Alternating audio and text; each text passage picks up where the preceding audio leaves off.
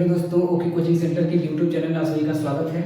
दोस्तों, पिछली क्लास में लेक्चर नंबर 10 तक में हम लोग पढ़ चुके थे ऊष्माक्षेपी अपक्रिया क्या होती है, ऊष्माशोषी अपक्रिया क्या होती है। यहाँ तक हम लोग कंप्लीट कर चुके थे।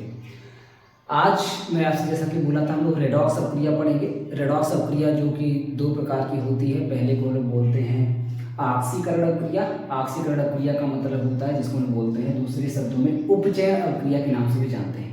तो आइए सबसे पहले हेडिंग शुरुआत करते हैं। हेडिंग आइए फटाफट से।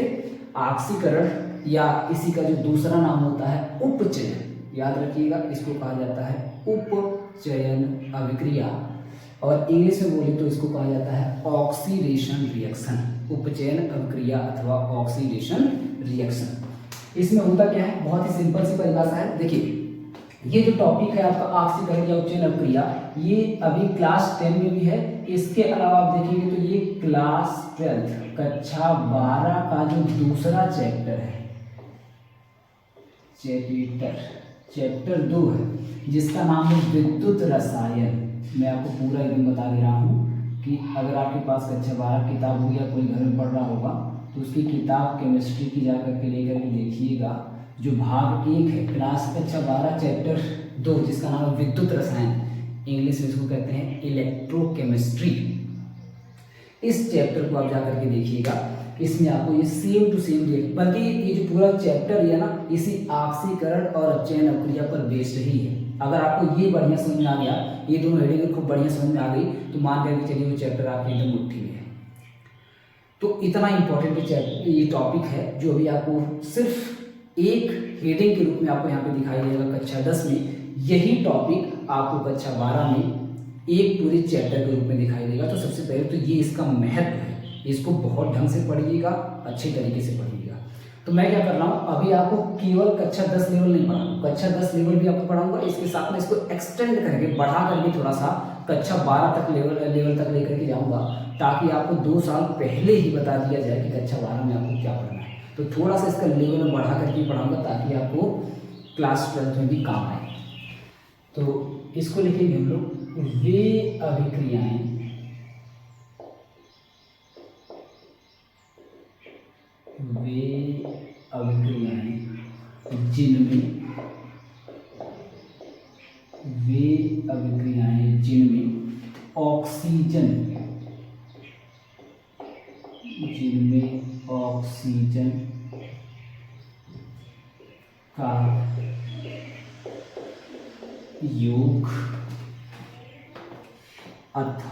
जिनमें ऑक्सीजन का योग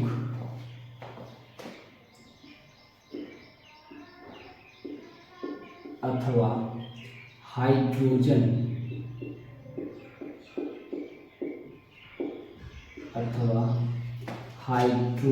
का त्याग होता है। मेरे साथ आप लोग लिखते चलिएगा, अथवा हाइड्रोजन का त्याग होता है। आक्सीकरण, ये कक्षा 10 का लेवल में बता रहा हूँ, कक्षा 10 के लेवल में इतना ही आपको पढ़ना है कि आक्सीकरण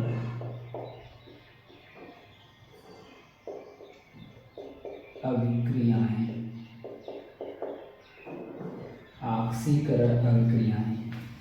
कहलाती हैं।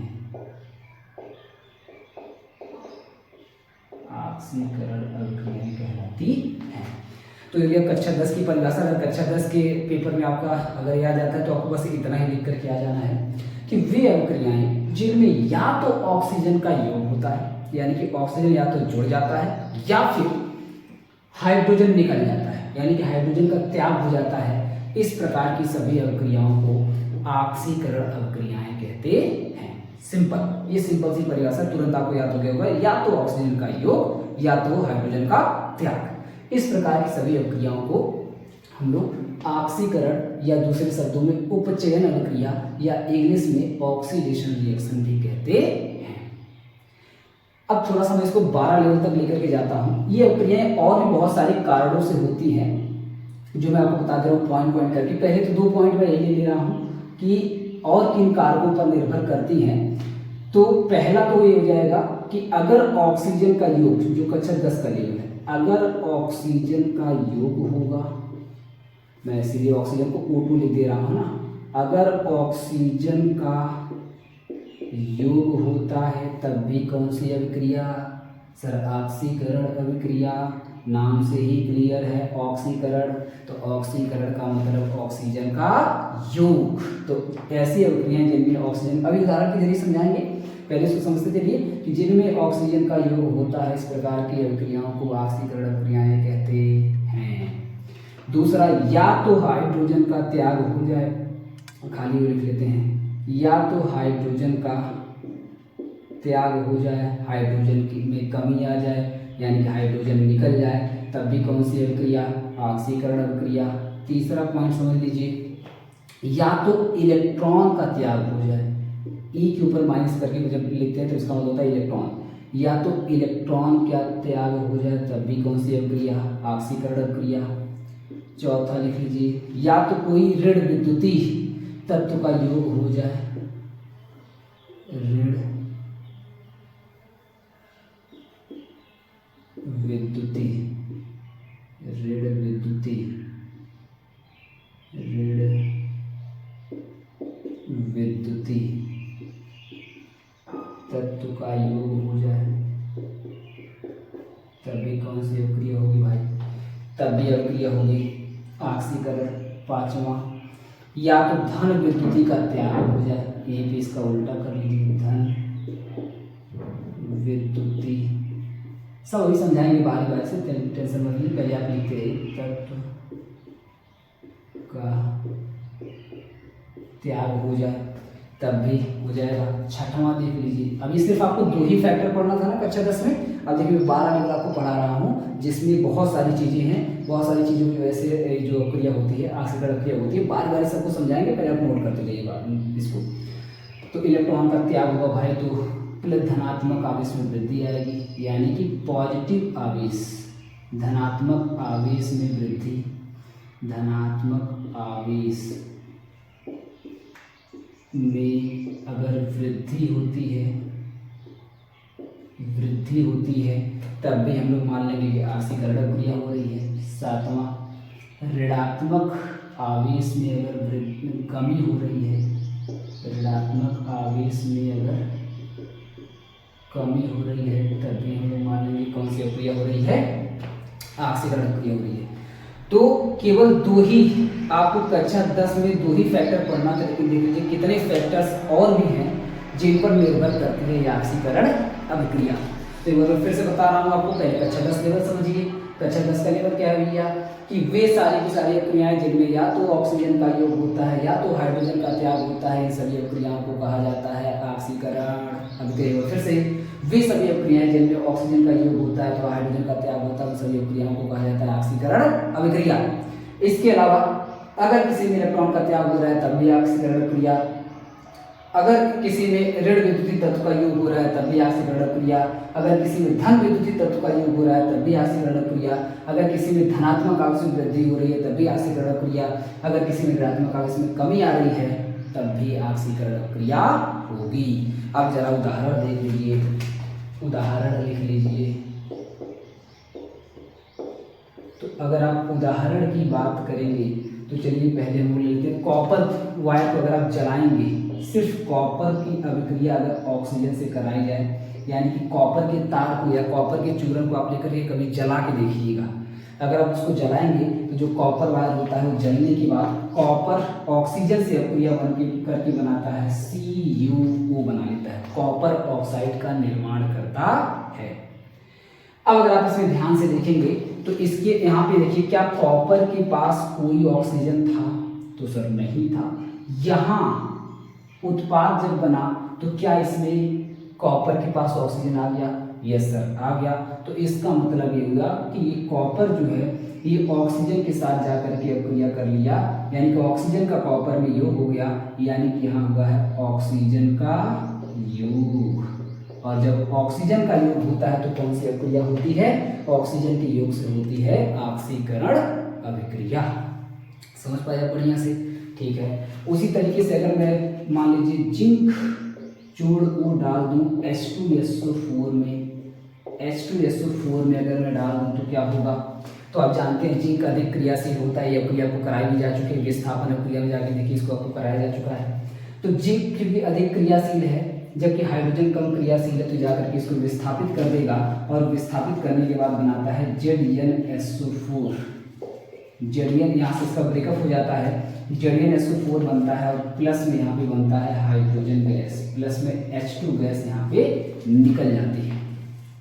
तो अब जरा जाकर के जिंक को देख लीजिए एक बार ध्यान से, यहाँ एक बार जिंक को देखिए, फिर एक बार जिंक को यहाँ देखिए क्या नजर आ रहा है, एक बार आप जिंक को यहाँ देखिए, एक बार जिंक को वहाँ देखिए, तो आप देखेंगे कि यहाँ से वहाँ देखने में ये जो जिंक था, जिंक के पास अभी कोई भी ऑक्सीजन नहीं था, लेकिन यहाँ देख लीजिए जिंक के पास ऑक्सीजन आ गया, यानी कि यहाँ पर हो गया ऑक्सीजन का योग, और जब ऑक्सीजन का योग हो गया तब इसको भी कहा जाएगा ऑक्सीकरण अभिक्रिया। समझ पा रहे हैं आप अच्छे तरीके से? तो इस तरह से करके आप देख सकते हैं कि इसमें ऑक्सीजन का योग होने से ऑक्सीकरण अभिक्रिया कंप्लीट हो रही है। तो इसके अलावा कुछ आपको और भी बता देता हूं, जैसे MnO2 प्लस HCl, जैसे एक और अभिक्रिया होती है MnO2 को अगर HCl से अभिक्रिया कराया जाए, MnO2 अगर आप HCl से अभिक्रिया कराएंगे तो ये बनाता है MnCl2 प्लस Cl2 और प्लस में H2O बनाता है, प्लस में H2O बनाता है। तो आप जरा Cl को एक बार देखिए, बाकी सब कुछ छोड़िए, पहले आप Cl को एक बार देख लीजिए। तो Cl को अगर आप Cl से मिलाएंगे तो आप पाएंगे कि यहाँ पर क्लोरीन के पास हाइड्रोजन था, लेकिन अभी क्लोरीन के पास हाइड्रोजन नहीं है, क्लोरीन से हाइड्रोजन गायब हो गया। इसका मतलब इसमें क्या हो गया? इसका मतलब इसमें हो गया हाइड्रोजन का त्याग, और इस तरह से यहाँ पर क्लोरीन का हो गया ऑक्सीकरण। तो अभी तक आपको मैं दो फैक्ट समझा दिया। पहला कि ऑक्सीजन का योग होने से किस तरह से ऑक्सीकरण क्रिया हो रही है। आप देख पा रहे हैं यहाँ पे ऑक्सीजन नहीं था, ऑक्सीजन आ गया, ऑक्सीजन का योग हो गया, मतलब ऑक्सीकरण क्रिया। ऑक्सीजन नहीं था, ऑक्सीजन का योग हो गया, ऑक्सीजन आ गया, इसका मतलब ऑक्सीकरण क्रिया। हाइड्रोजन यहाँ पर था और हाइड्रोजन यहाँ पे चला गया धोखा दे करके, तो इस प्रकार की अभिक्रिया को भी कहा जाएगा ऑक्सीकरण क्रिया, क्योंकि दोनों फैक्ट यहाँ पे काम करते हैं। अब समझिए इलेक्ट्रॉन का त्याग किस तरीके से होगा। मान लीजिए ये आपको देखिए विद्युत रसायन में पढ़ने के लिए मिलेगा जाकर के, वहां आप जाकर देखेंगे तो सेल अभिक्रियाएं आपको पढ़ाई जाती हैं। सेल अभिक्रिया का मतलब होता है ऐसी अभिक्रियाएं जो रासायनिक सेलों में होती हैं। वही एवररेडी वाला सेल जो हम लोग टार्च में इस्तेमाल करते हैं, उस सेल को ही कहा जाता है, उस सेल के अंदर होने वाली अभिक्रिया को ही कहा जाता है सेल अभिक्रिया। जैसे उसमें आप देखेंगे जिंक की रॉड पड़ी होती है, तो होता क्या है, जब जिंक की रॉड का रिएक्शन उसमें होता है तो जो जिंक होती है ये अपना 2 इलेक्ट्रॉन का त्याग कर देती है। 2 इलेक्ट्रॉन का त्याग करने की वजह से जिंक आ जाता है 2+ में, और इसका यहाँ पे देखिए 2 इलेक्ट्रॉन बाहर निकल जाता है। तो इस तरह से करके जिंक अगर अपने 2 इलेक्ट्रॉनों का त्याग करके अपने आप को Zn2+ में बना ले, जैसी बात जब इलेक्ट्रॉनों का त्याग होता है तो कौन सा आवेश आता है? प्लस आवेश। जब इलेक्ट्रॉन का त्याग होता है तो प्लस आवेश, ग्रहण होता है तो माइनस आवेश। याद रखिएगा, जब कोई इलेक्ट्रॉनों का त्याग करता है तो उसके ऊपर प्लस आवेश आता है, जब कोई लेता है तो उसके ऊपर माइनस आता है। याद रखिए, जब देता है तो प्लस, लेता है तो माइनस। पहले तो एकदम क्लियर होना चाहिए, 3-4 बार मैं रिपीट कर चुका हूँ। यहाँ पर आप मिलाएंगे तो एक बार इस जिंक को देखिए, एक बार इस जिंक को देखिए, क्या अंतर नजर आया?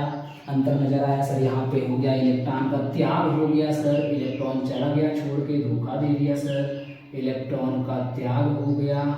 इसके अलावा एक चीज और भी दिखाई दे रही है सर, आप एक पॉइंट लिखाए हैं कि धनात्मक आवेश में वृद्धि हो रही है। कौन सी वृद्धि हो रही है? धनात्मक आवेश में वृद्धि हो रही है, क्योंकि यहाँ पे जिंक के ऊपर 0 आवेश था, यहाँ जिंक के ऊपर 0 आवेश था।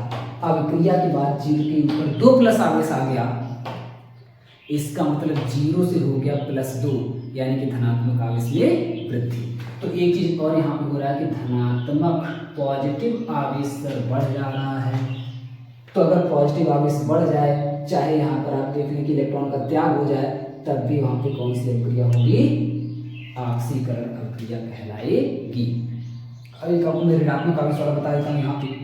जैसे मान लीजिए अगर क्लोरीन है, Cl- है, Cl के ऊपर आप जानते हैं 1- होता है, इसको अगर एक इलेक्ट्रॉन गलती से दे दिया जाए, सॉरी केवल Cl ले लीजिए, केवल क्लोरीन है और क्लोरीन को चाहिए एक इलेक्ट्रॉन चाहिए, ऐसे कर लेते हैं, काम करते हैं ना, ऐसे कर लेते हैं, कॉपर 2+ ले लेते हैं, कॉपर 2+ ले लेते हैं।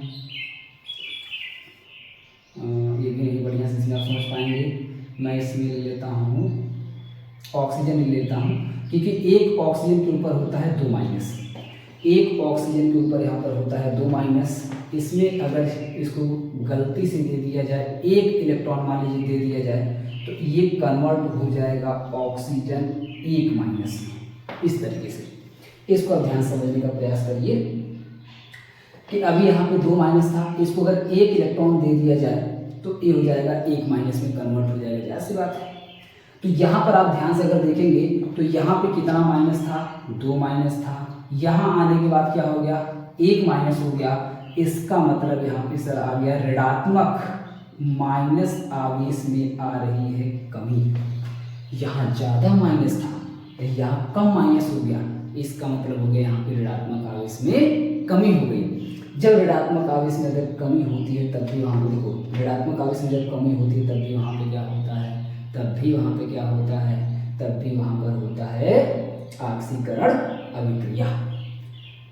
इसी को हम कहते हैं ऋण विद्युतीय तत्वों का योग भी कहते हैं। जैसे अगर आप देखेंगे यहाँ पर अगर आप ध्यान से देखेंगे Mn का, तो Mn के पास हालांकि देखिए पहले से एक ऋण विद्युतीय तत्व था, ऑक्सीजन था, इसकी जगह पर चेंज होकर के भी देखिए दूसरा ऋण विद्युतीय तत्व आ गया है। तो यहाँ से यहाँ तक जाने इसमें ना ही ऑक्सीकरण हुआ है ना ही कोई अपचयन, क्योंकि ऑक्सीजन भी एक तरह का ऋण विद्युतीय तत्व ही होता है और क्लोरीन भी एक तरह का ऋण विद्युतीय तत्व ही होता है। ऋण विद्युतीय तत्व का मतलब होता है कि ऐसे तत्व जो इलेक्ट्रॉन को खींचने की शक्ति रखते हैं, जिनके ऊपर हमेशा माइनस आता है, जो हमेशा इलेक्ट्रॉन को लेते हैं और इलेक्ट्रॉन को लेने की वजह से उनके ऊपर माइनस आता है, इस प्रकार के सभी तत्वों को कहा जाता है ऋण विद्युतीय तत्व। धन विद्युतीय तत्व उसको कहा जाता है, जैसे धातुएं हो गई, ऐसे सभी तत्व जो अपने इलेक्ट्रॉनों का त्याग कर देते हैं, जैसे ये देखो जिंक हो गया, इस प्रकार के सभी तत्वों को कहा जाता है धन विद्युतीय तत्व कहा जाता है। समझ गए आप ध्यान से। जैसे एक एग्जांपल मैं लेता हूँ, अगर मान लीजिए हाइड्रोजन का योग अगर हाइड्रोजन गैस की अपक्रिया Cl2 से करा दिया जाए, क्लोरीन गैस से करा दिया जाए, तो आप जानते हैं 2 HCl बनता है, 2 HCl बनता है। लेकिन इसमें अगर आप ध्यान से हाइड्रोजन को देखेंगे तो हाइड्रोजन का क्या हुआ है, हाइड्रोजन का यहाँ पे ऑक्सीकरण हुआ है। इसलिए क्योंकि अभी हाइड्रोजन के पास कोई भी ऋण विद्युतीय तत्व नहीं था, कोई भी ऋण विद्युतीय तत्व का मतलब देखिए क्लोरीन हो गया, फ्लोरीन हो गया, ऑक्सीजन हो गया, नाइट्रोजन हो गया, इस प्रकार के सभी तत्वों को ही कहा जाता है ऋण विद्युतीय तत्व। सल्फर हो गया, ये सब के सब ऋण विद्युतीय तत्व कहलाते हैं। तो अगर कोई ऋण विद्युतीय तत्व जाकर के जुड़ रहा है तब भी उसको कहा जाता है ऑक्सीकरण हो रहा है। तो इसके पास कोई भी ऋण विद्युतीय तत्व नहीं था, अभी देखिए क्लोरीन नाम का एक ऋण विद्युतीय तत्व आ गया, इसका मतलब यहाँ पे हो गया ऑक्सीकरण। तो यहाँ हुआ है ऋण विद्युतीय तत्व का योग हुआ है, यहाँ पर हो जाएगा ऋण विद्युतीय तत्व का योग हो जाएगा। तो इस तरीके से मेरे ख्याल से आप लोग समझ पाएंगे। उसी तरीके से किसी धातु में से अगर किसी यौगिक में से अगर धातु गायब हो जाए तो धातु के गायब होने का मतलब होता है धन विद्युतीय तत्व का त्याग। धन विद्युतीय तत्व का मतलब अगर सोडियम निकल जाए, जिंक निकल जाए, है ना, कॉपर निकल जाए, तो इस तरह की जो धातुएं होती हैं उनको धन विद्युतीय तत्व कहा जाता है। तो ये रहा पूरा का पूरा ऑक्सीकरण। जल्दी से एक बार स्क्रीनशॉट ले लीजिए, फिर मैं एक बार इसको समराइज करके तुरंत आ जाता हूँ अपचयन पर। तो उदाहरण में सारा का सारा उदाहरण आप लोग नोट कर लीजिएगा।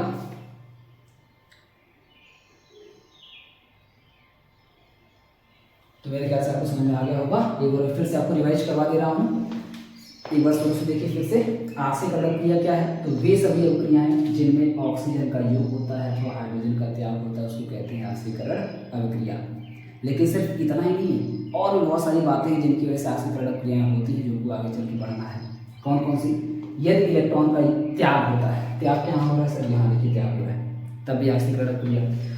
यदि ऋण विद्युतीय तत्व का योग हो रहा है, यानी chlorine, fluorine, bromine, nitrogen, sulphur, इस तरह के बहुत सारे तत्व जिनके ऊपर माइनस आवेश रहता है, वो अगर जुड़ रहे हैं, जाकर के किसी से योग कर रहे हैं, तब भी वहाँ पे कौन सी अभिक्रिया, ऑक्सीकरण अभिक्रिया। उसी तरीके से कोई धातु का त्याग हो रहा है, यानी कोई धन विद्युतीय तत्व का त्याग हो रहा है, तो इस प्रकार की अभिक्रिया को भी कहेंगे ऑक्सीकरण अभिक्रिया। अगर किसी अभिक्रिया में धनात्मक आवेश में वृद्धि हो रही है, प्लस आवेश बढ़ जा रहा है, प्लस आवेश बढ़ने का मतलब ये देखिए यहाँ पे 0 आवेश था, यहाँ पे देखिए 2 प्लस आ गया, यानी धनात्मक आवेश में वृद्धि आ गई। अगर धनात्मक आवेश में वृद्धि आएगी तब भी इस प्रकार की अभिक्रिया को कहा जाएगा ऑक्सीकरण अभिक्रिया। अगर ऋणात्मक आवेश में कमी आती है, जैसे ऑक्सीजन के पास अभी यहाँ पे 2 माइनस था, अभी यहाँ पे ऑक्सीजन के पास केवल 1 माइनस है, यानी कि माइनस में कमी आ गई, माइनस यानी कि ऋण आवेश में कमी आ गई, इसलिए इसको बोला जाएगा ऑक्सीकरण अभिक्रिया। तो मेरे ख्याल से बहुत ही प्यार से आप लोग समझ चुके होंगे कि ऑक्सीकरण अभिक्रिया क्या होती है। अब आते हैं अपचयन पर।